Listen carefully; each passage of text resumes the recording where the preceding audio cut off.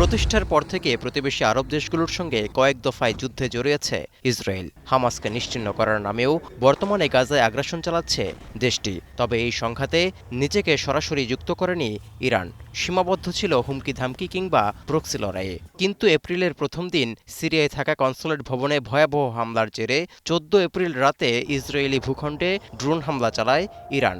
এর মধ্য দিয়ে কয়েক দশকের বৈরী সম্পর্ক শেষ পর্যন্ত সরাসরি সংঘাতে রূপ নিল। দুদেশের মধ্যে এমন যুদ্ধ উত্তেজনার মধ্যে অবাক করার বিষয় হলো, একসময় দেশ দুটি একে অপরের বন্ধু ছিল।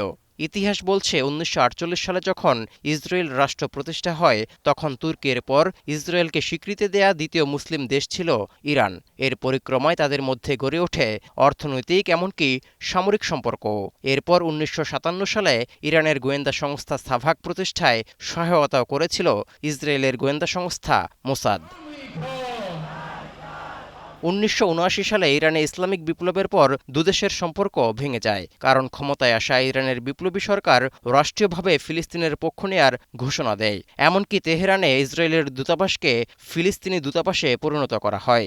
এছাড়া ফিলিস্তিনে ইসরায়েল রাষ্ট্রের অস্তিত্বকেও অস্বীকার করে ইরান, যার জেরে 1990 দশকের গোড়ার দিকে শীতল সম্পর্ক রূপ নেয় শত্রুতায়। দ্বিপাক্ষিক উত্তেজনা বাড়ার পেছনে থাকা উল্লেখযোগ্য কারণগুলোর মধ্যে রয়েছে ইরানের পারমাণবিক প্রযুক্তির উন্নয়ন, লেবাননে হিজবুল্লাহ, ফিলিস্তিনের ইসলামিক জিহাদ এবং হামাসের মতো ইসলামপন্থী দলগুলোকে ইরানের সমর্থন।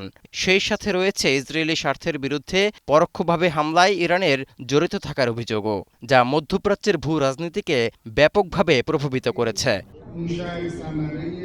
তৌহিদুর রহমান, এখন বিশ্ব। কাপড় না, ওকে দিন এসএমসির জয়া স্যানিটারি ন্যাপকিন।